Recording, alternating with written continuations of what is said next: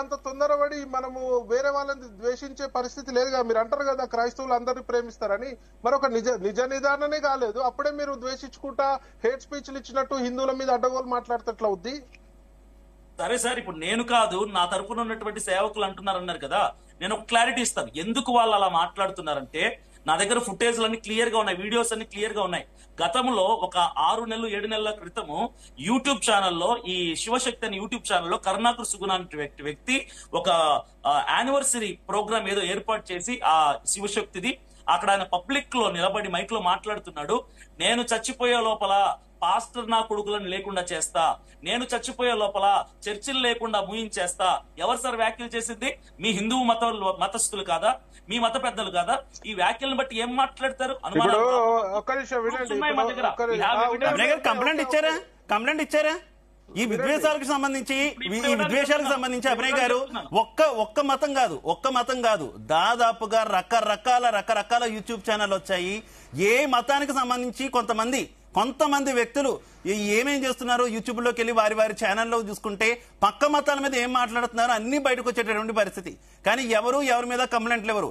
కేవలం ప్రజల భావోద్వేగాలతో ఆడుకోవాలి, ప్రజల భావోద్వేగాలు రెచ్చగొట్టాలి. అటైనా ఇటైనా చేసే పని అదే కదా. ఒక నిమిషం చెప్తాను చూడండి. ఒకటి, ఇప్పుడు ఈ మరణం జరిగిన తర్వాత, ఈ హత్య కాదు యాక్సిడెంట్ పక్కన పెడితే, ఈ ప్రవీణ్ పగడాల గారు మరణించిన తర్వాత ఇమ్మీడియట్ గా హమారా ప్రసాద్ ఒక కామెంట్ రిలీజ్ చేశారు. ఏంటో తెలుసా? వీడు తాగి చచ్చిపోయాడు అని చెప్పాడు. ఇప్పుడు ఆయన చెప్పినట్టుగానే తాగాడు అని ఫస్ట్ ఫుటేజ్ లో రిలీజ్ చేశారు, తాగాడు అని రీసెంట్ గా ఫుటేజెస్ రిలీజ్ చేస్తున్నారు. హమారా ప్రసాద్ ఎందుకు ఆ మాటను అన్నాడు? ఇలాంటి మాటలు మాట్లాడితే మాకు అనుమానాలు రావా? నేను మంచివాడిని కాబట్టి ఎవరిని హైందవుల్ని అనటం లేదు. ఇప్పుడు ఆయన వ్యాఖ్యానించారు కదండి, మీ వాళ్ళు కూడా అంటున్నారు కదా.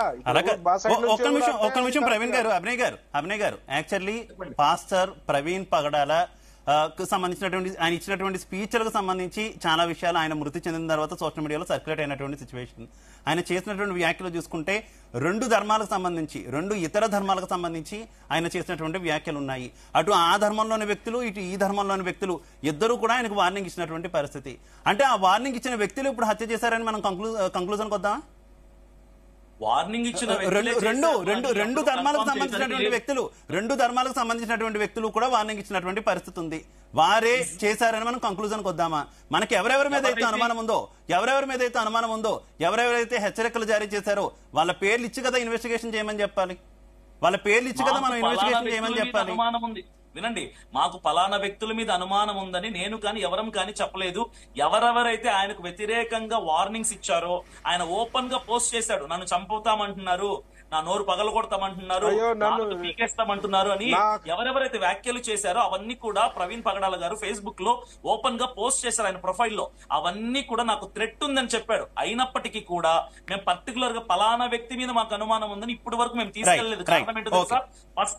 మీకు పలానా వ్యక్తి మీద పలానా వ్యవస్థ మీద పలానా సంస్థ మీద అనుమానాలు లేవు, కానీ ఆంధ్రప్రదేశ్ ప్రభుత్వం మీద నమ్మకం లేదు, పోలీస్ శాఖ మీద నమ్మకం లేదు. ఇట్స్ క్లియర్, అంతే కదా?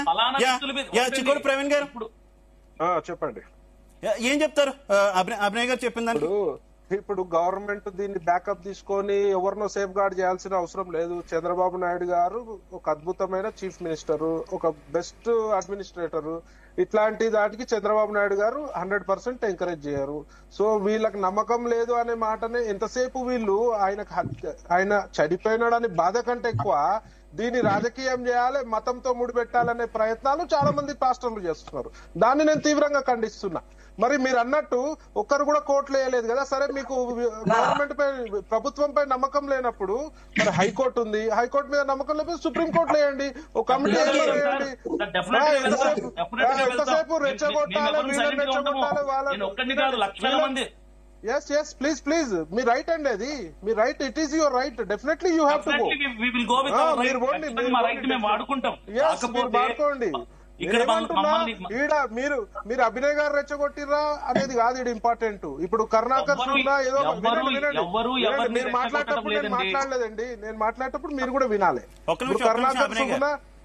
కరుణాకర్ సుగుణ అతను హిందుత్వానికి ఆయన బ్రాండ్ అంబాసిడర్ కాదు.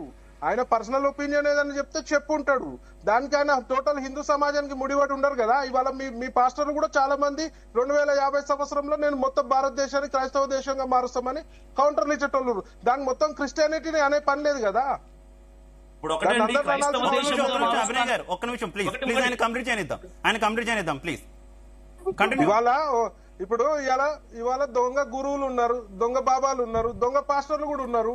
ఇవాళ అందరిని దాన్ని క్రిస్టియానిటీ ఇప్పుడు ఇలా టచ్ అనగానే గుడ్డోడు పోయి కళ్ళు తెరిచి ఉరుకుతుంటాడు, టచ్ అనగానే కుంటైనా నడుస్తుంటాడు. మరి అది నిజమా?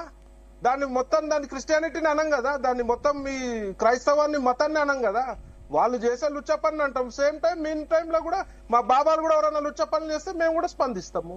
దాన్ని మొత్తం ఎవరో కరుణాకర్ సుగుణ అన్నాడని చెప్పి మీరు అందరిని అనడం తప్పు. అది అందరు హిందువులను అనడం తప్పు. అది హిందువుల తరపున ఆయన ఉన్నాడు కాబట్టి, పెద్దగా ఉన్నాడు కాబట్టి. క్రిస్టియన్ తరపున కూడా చాలా మంది పాస్టర్లు ఉన్నారు కదా. సరే ఒకటి చెప్తాను, మీరు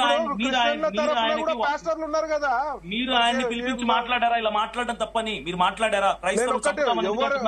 ఎవరు అభిప్రాయం పబ్లిక్ గా పాస్టర్లు లేకుండా చేస్తామంటే అభినయ్ గారు అంతిమంగా అందరూ భారత రాజ్యాంగం